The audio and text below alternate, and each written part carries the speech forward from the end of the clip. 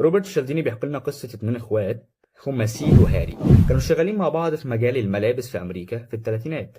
سيد كان مسؤول عن المبيعات، وأخوه هاري هو اللي كان صنايعي أو شغال في ورشة الحياكة.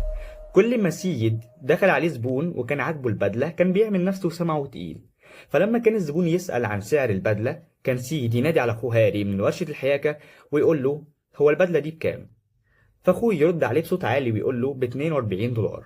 وده طبعا كان سعر غالي جدا وقتها. فسيس كان يتصنع ضعف السمع ويقول له بتقول بكام؟